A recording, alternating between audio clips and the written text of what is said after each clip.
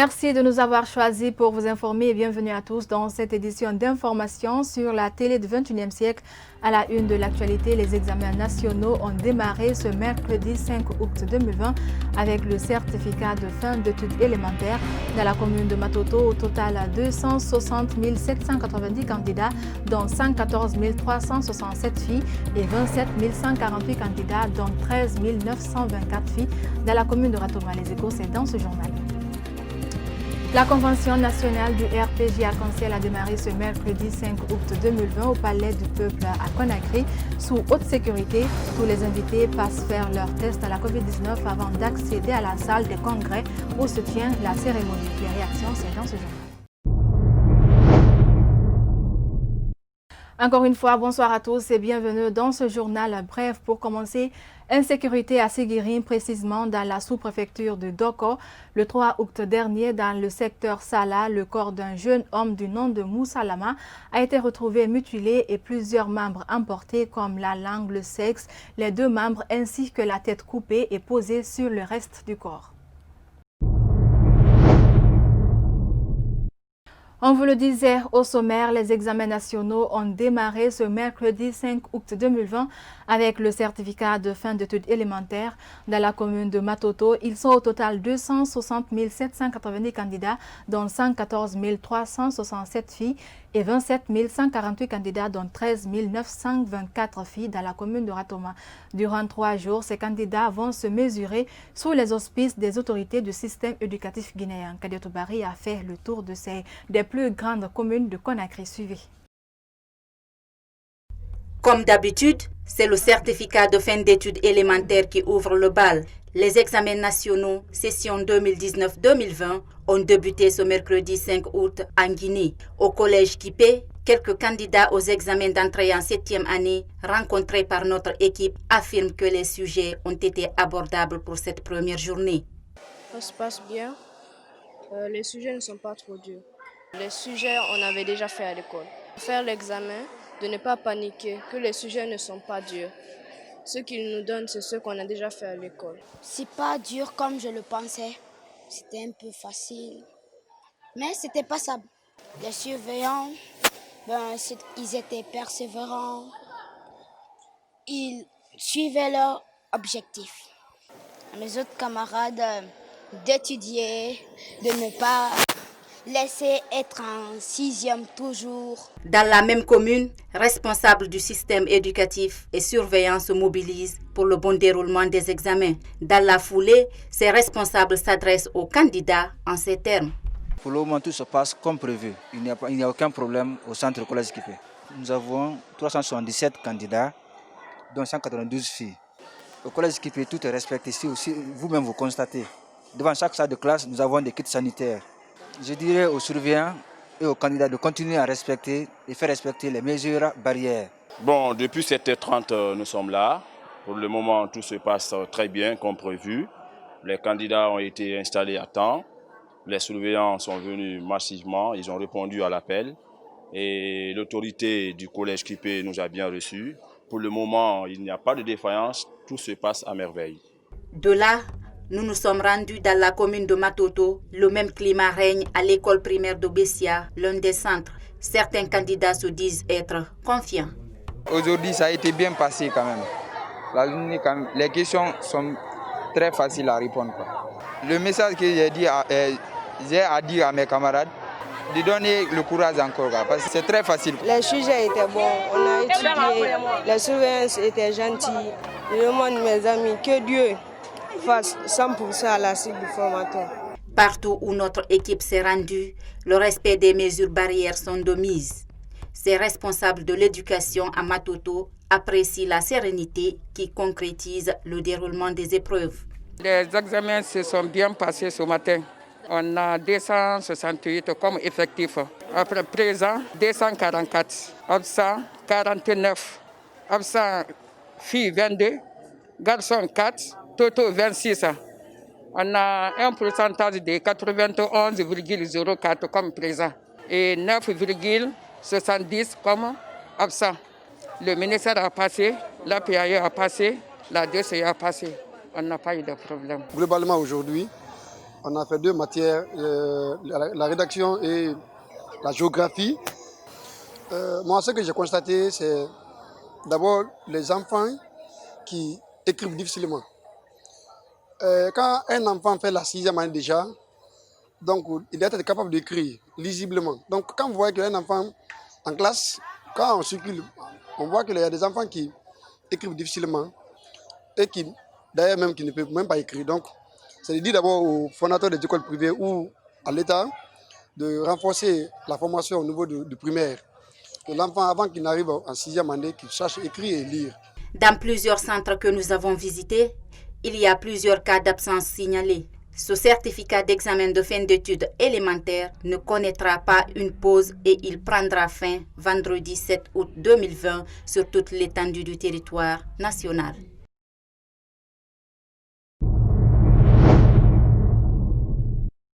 Dans les communes de Kaloum et Dixine, les épreuves se sont déroulées également dans le calme et la sérénité. Responsables communaux de l'éducation et surveillants s'activent sur le terrain pour la réussite des épreuves. C'est un constat de Yayo Moubari et Ibrahim Paye Kamara. Le certificat d'études primaires, ou encore appelé l'examen d'entrée en 7e année, a bien débuté dans la commune de Kaloum. Pour le délégué du centre Tombo 1, la première épreuve s'est bien passée et rassure que toutes les mesures barrières sont respectées. La première épreuve s'est passée dans la plus grande discipline des candidats et dans le respect des normes. Devant chaque classe, il y a un kit et les enfants ont des bavettes. Et chaque élève, avant de rentrer dans une salle, le surveillant le fait laver les mains.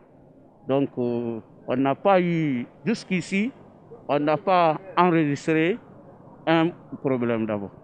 Nous avons 2 groupes pédagogiques. Il y a l'enseignement général et franco-arabe. Les 2 ont fait rédaction.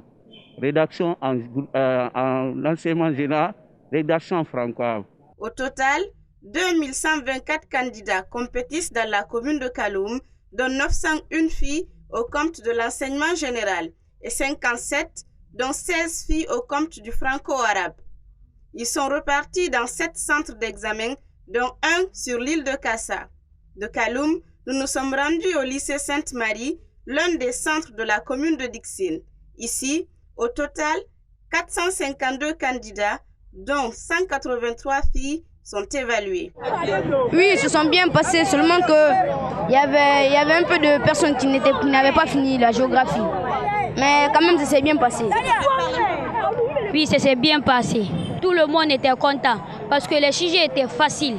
Vraiment, vraiment merci. L'homme qui a choisi l'épreuve, on le remercie parce qu'il y a les gens qui étaient inquiets du sujet. Mais quand on a vu le sujet, on était heureux, tellement heureux. Oui, on a tellement insisté sur ça d'abord, avant la montée des couleurs. Et on a tenu un entretien avec les surveillants. On a commencé par ça, les mesures barrières. Et ensuite, à la montée des couleurs, on a repris les mêmes choses devant les candidats. Et les mêmes consignes données ont été appliquées dans toutes les salles. Parce que les surveillants du moins, c'est vraiment bien averti. Pour cette première journée, les candidats ont été évalués en rédaction et en géographie. Précisons tout de même que la commune de Dixine compte 3 968 candidats, dont 2003 filles inscrits à ce certificat de fin d'études élémentaires repartis dans 11 centres.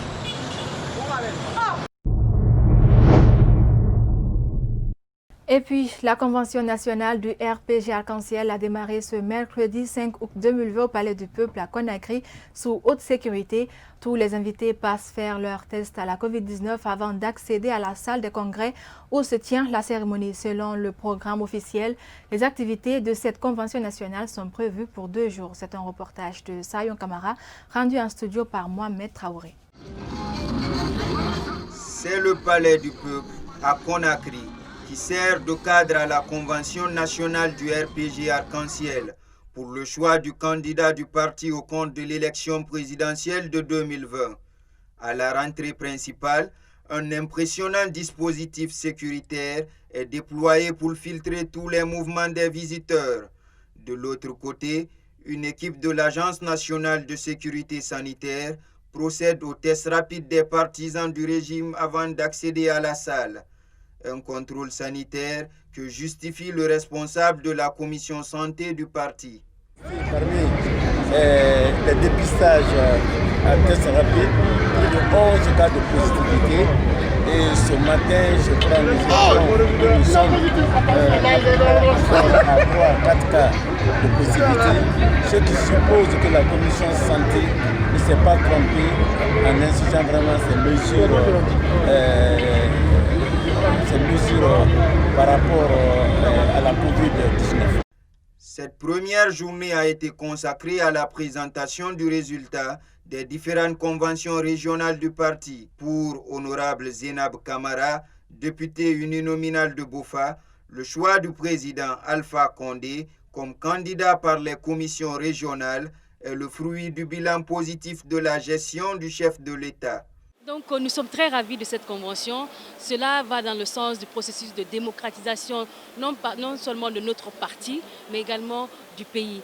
Donc nous avons des délégués qui sont venus de toutes les régions pour venir se prononcer, pour venir communier ensemble, parler d'une seule voix. Nous attendons du président de pouvoir continuer les grands chantiers qui ont déjà été amorcés durant ces 10 années, notamment dans le domaine économique, où nous avons vu que la Guinée fait partie des pays en voie de très bonne voie de développement avec les grands chantiers, les travaux, les infrastructures routières, énergétiques, minières, etc.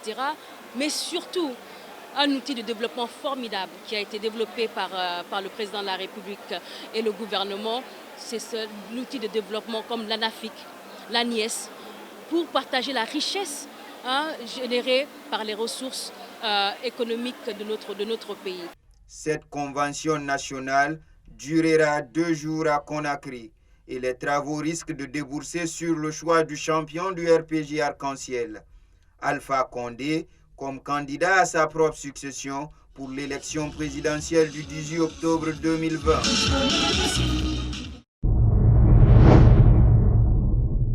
Pour cette première journée, la quasi-totalité des ministres et représentants des institutions républicaines et députés de la mouvance présidentielle ont fait le déplacement. À la sortie de la salle, ils se sont prêtés aux questions des journalistes. Suivez.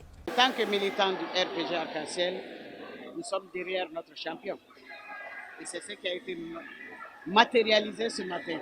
Donc j'ai un sentiment de responsabilité, un sentiment de fierté et un sentiment de continuité pour le professeur Alpha Condé pour qu'il termine ses études. C'est un parti gagnant. Le RPG a toujours gagné. Même dans les régimes antérieurs, le RPG était toujours un parti gagnant. Nous allons gagner. On n'a pas de concurrence sur le terrain et puis il n'y a aucun problème. Cette convention a bien commencé. C'est la convention nationale du RPG Arc-en-Ciel pour choisir son candidat pour le président, l'élection présidentielle du 18 octobre. Très bientôt, c'est pour cela que nous sommes là. Mais, naturellement, le président qui serait choisi, ce serait le professeur Alpha Condé, parce que, tout simplement, il a fait des résultats escomptés. Certes, il y a beaucoup de choses qui restent à faire, mais nous en sommes convaincus et pour le moment, je pense que les circonstances font qu'il le faut lui, en tout cas pour le soir, toutes les structures de RPG Arc-en-Ciel. Le président de la République, le professeur Alpha Condé, aspire du bon pour ce pays. Premièrement, il a réalisé les projets hydroélectriques de Kaleta et de Swatiti. Deuxièmement, il a fait les réformes de toutes les instances du pays ou de l'administration publique. Troisièmement, il a fait des grands hôtels dans la sous-région. La Guinée est à féliciter par rapport à la construction de plusieurs hôtels qui font l'honneur de la Guinée. Nous sommes là pour la convention nationale. Déjà, il y a eu des conventions régionales. Et ces conventions régionales ont plébiscité le professeur Alpha Condé.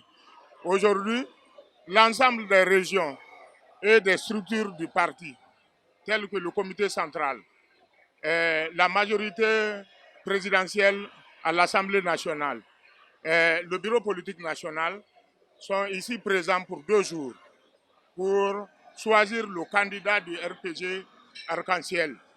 Donc, à travers les différentes déclarations déjà effectuées, nous comprenons aisément que le professeur Alpha Condé sera reconduit pour les 6 prochaines années.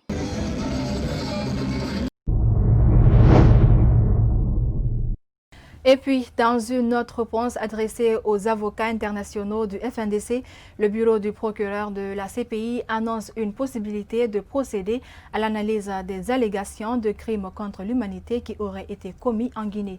Des atrocités sanglantes commises à l'occasion des échéances électorales en Guinée. C'est un reportage de Binta Diallo et Alassane Souma.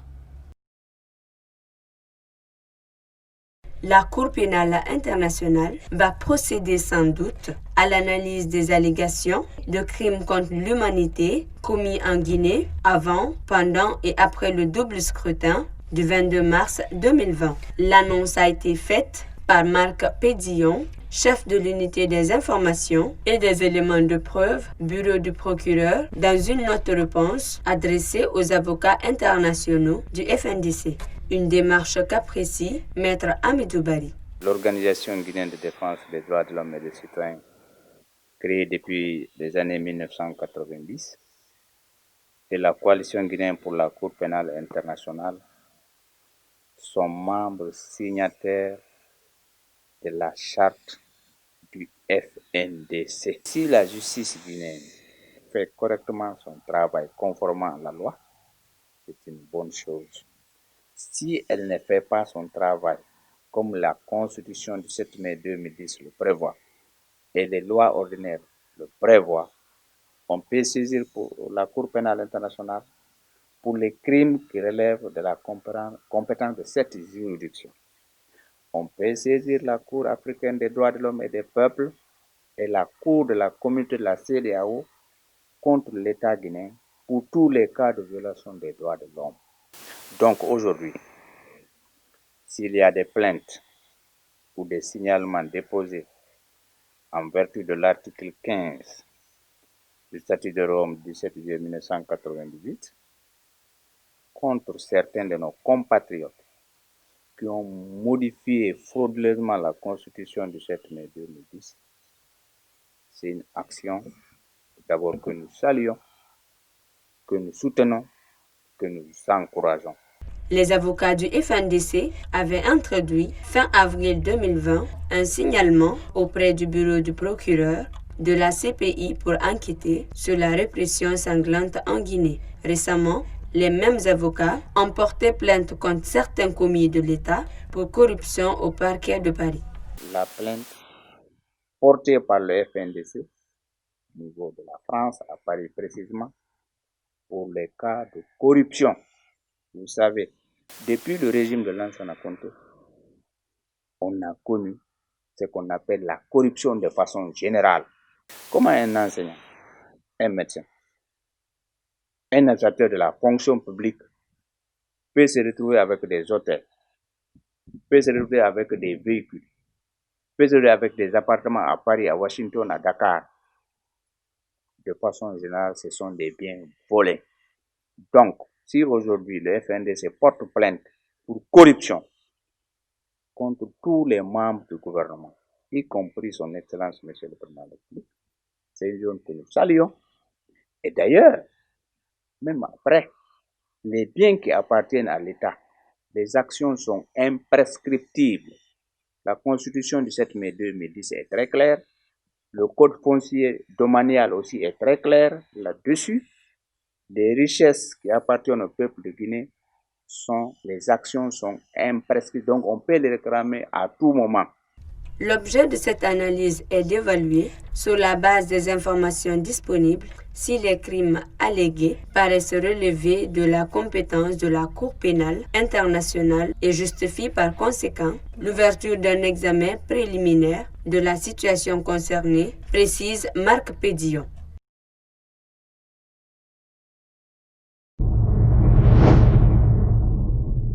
L'exécution des travaux du barrage hydroélectrique de Souapiti a provoqué le déplacement de plus de 160 000 habitants dans 101 villages et hameaux. En 2019, le gouvernement guinéen avait déplacé 51 villages. Parmi eux, certains habitants n'ont pas été dédommagés. Le mardi 4 août 2020, une délégation des victimes a rencontré l'Organisation guinéenne de défense des droits de l'homme pour parler du dossier. Compte rendu Ousseina Touba. Des déguerpis du projet Souapiti non recasés attendent toujours d'être rétablis dans leurs droits. Ces anciens occupants des villages riverains du fleuve Concouré multiplient leurs prises de contact pour exiger justice. Le mardi 4 août 2020, une délégation des victimes était dans les locaux de l'Organisation guinéenne de défense des droits de l'homme. Qu'il n'y a pas eu de moins de subsistance. On prend un agriculteur quelque part, on l'envoie quelque part où il n'a pas de terre cultivable. D'ailleurs, la terre cultivable, ça c'est un aspect, c'est pour vivre. Mais ce qu'il faut remarquer et qui est très important, c'est qu'il y a des personnes là-bas qui avaient beaucoup d'espace. Et c'est les espaces qui servaient non seulement de l'agriculture, mais aussi ils bâtissaient sur ces espaces. Donc quand lui il a des moyens, ou bien ses enfants ont des moyens, ils pouvaient tous construire, y habiter. Très malheureusement, ce qu'on a constaté, c'est qu'on prend une personne qui avait des dizaines d'hectares comme ça, on l'envoie quelque part où il n'a droit qu'à une seule parcelle, où on a construit son bâtiment dessus. C'est dire que même si ses propres enfants ont les moyens, un jour, pour venir construire, il n'y a pas de place pour construire. Donc nous pointons du doigt accusateur au projet, aux responsables du projet, l'équipe qui a été mise en place par l'État pour qu'elle puisse communiquer, servir de tiret d'union entre les populations impactées que nous sommes et les décideurs. Et pourtant, le projet de Souapiti a suscité une adhésion totale des populations riveraines. Un rêve qui s'est transformé comme un cauchemar à cause des promesses non tenues par les autorités. Le porte-parole des victimes interpelle l'État face à ses responsabilités. La population de Souapiti est en train d'être sacrifiée. Nous pensons que le président n'est pas au courant de cela. S'il est au courant de cela, nous attendons à ce qu'il réagisse parce qu'il s'agit de sa population aussi. Alors que le président de la République sévisse, qu'il essaie d'interroger ce projet. Si ce n'est en tout cas pas lui qui les a demandé de faire comme ils sont en train de faire. Si c'est lui qui le fait encore, qu'il chasse alors qu'il est en train de nous accuser à tort. Parce que c'est pas comme ça qu'on espérait que le projet Souapiti allait se passer. On était tous d'accord qu'il vienne. Saisie du dossier, l'Organisation guinéenne de défense des droits de l'homme entend accompagner les habitants de cette localité pour qu'ils soient rétablis dans leurs droits. D'abord, quand nous sommes allés sur le terrain, on s'est rendu compte qu'il y a un flou artistique entretenu autour du recensement de tous les biens dont disposaient les populations sur le site. Nous avons également constaté qu'il y a un relent de corruption qui est en train de se présenter pour ce qui est de tout ce qu'il y a comme dédommagement et réinstallation. Et à la suite de ça, on s'est dit que nous allons essayer de mener des démarches auprès des autorités gouvernementales guinéennes pour les amener à respecter les engagements qui avaient été pris. Mais aussi et surtout à corriger tous les aspects qui constituent des violations des droits des personnes déplacées.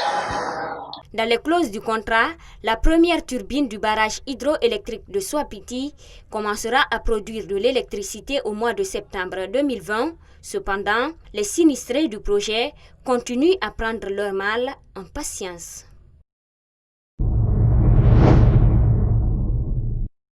Depuis l'apparition de la COVID-19 en Guinée, des activités des citoyens de Kouria tournent au ralenti. Dans la sous-préfecture de Kouria, nombreux sont ces jeunes qui ne parviennent plus à joindre les deux bouts. Ibrahim Sori Paris et Ibrahim Paye Kamara ont séjourné récemment dans la zone suivie. La saison hivernale et la COVID-19 en Guinée, deux réalités différentes dont les habitants de la sous-préfecture de Kouria restent confrontés dans leurs activités génératrices de revenus. Dans cette localité de Koya, nombreux sont des jeunes qui n'arrivent plus à subvenir à leurs besoins. Notre première difficulté ici, d'abord, comme nous sommes en temps pluvieux, donc il pleut en excès ici. Et les activités aussi sont au ralenti par rapport à cette pandémie de coronavirus. Donc c'est d'ailleurs ce qui nous a pénalisés ici.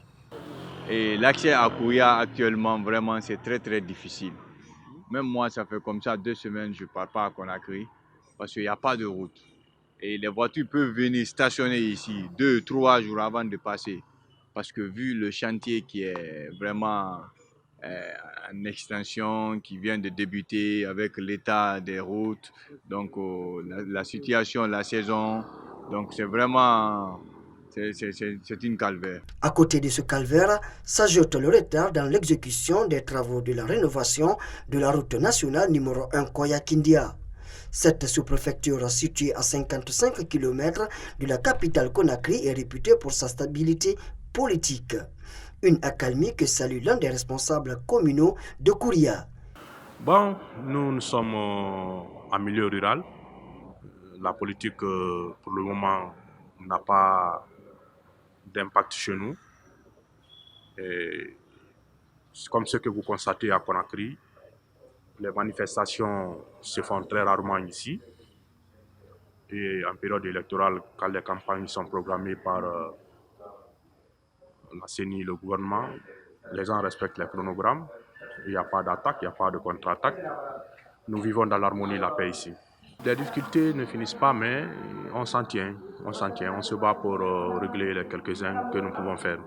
Les habitants de la sous-préfecture de Kouria pratiquent l'agriculture et l'élevage. Une localité qui attise la convoitise de nombreuses populations à la recherche des habitations. Le Liban tente de gérer les dégâts de la double explosion survenue à Beyrouth mardi 4 août 2020. Des messages de soutien affluent du monde entier. Les dirigeants continuent à proposer l'envoi d'aide à ce pays, déjà ravagé par l'une des plus graves crises économiques de son histoire. C'est un commentaire de Jeannette Akouf-Agboudré.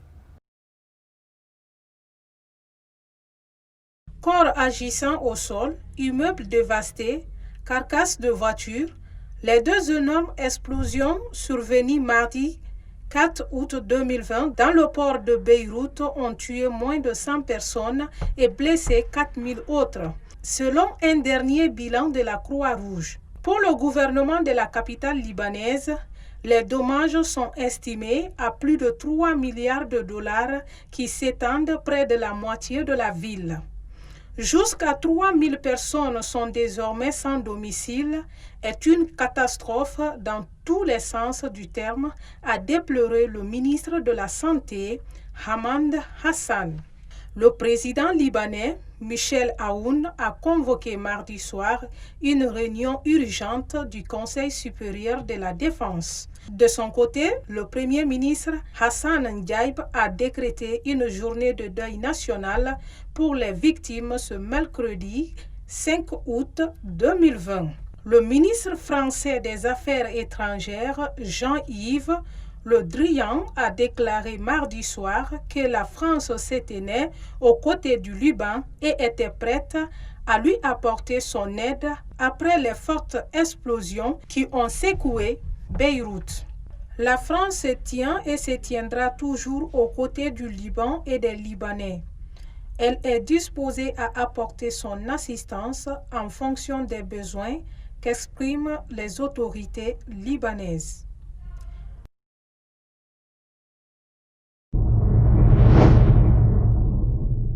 Sport, pour finir cette édition d'information, la saison sportive 2020-2021 s'annonce avec des difficultés pour certains joueurs guinéens et bonheur pour d'autres. C'est le cas du club Brentford du footballeur guinéen Julien Janvier qui ne signera pas son retour en Première Ligue après sa défaite en play-off pendant que Florentin Pogba joue un match de préparation contre le PSG en prélude des quarts de finale de la Ligue des Champions saison 2019-2020. C'est un commentaire de Mohamed Salou Diallo. Le Brentford de Julien Janvier tombe les armes dans la main à la porte de la Première Ligue. Suite à cette défaite du mardi soir, le club de l'international guinéen ne signera pas son retour en Première Ligue. Le Brentford a perdu 1-2 face à Flamme dans la finale des play-offs pour la montée en Première Division le mardi 4 août 2020 au stade de Wembley. L'international guinéen n'a pas disputé la moindre minute de cette rencontre qui s'est décidée lors des prolongations.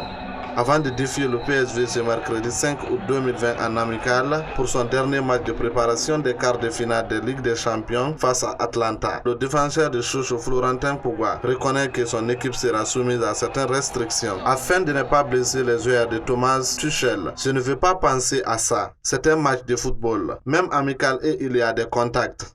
On reste des joueurs. C'est parfois dur de se contrôler en pleine action. On connaît tous les risques, mais je pense juste qu'il faut jouer normalement. Tout se passera bien, a-t-il déclaré au journal La France chilien, avant de poursuivre en évoquant sa préférence pour le rival marseillais. Quand j'étais jeune, je supportais l'OM. Le papa était pour Marseille, alors que je regardais ce club à cause de mon père, a conclu le défenseur central de 29 ans de Sili, qui tentera donc de bien figurer avec son nouveau club face à l'ogre parisien. Et voilà, mesdames et messieurs, ainsi prend fin cette édition d'information à tous. Merci de nous avoir suivis. Encore une fois, les mêmes conseils, portez les masques, lavez-vous la main avec le gel hydroalcoolique et respectez les mesures barrières. Bonne suite du programme à tous sur la télé du 21e siècle.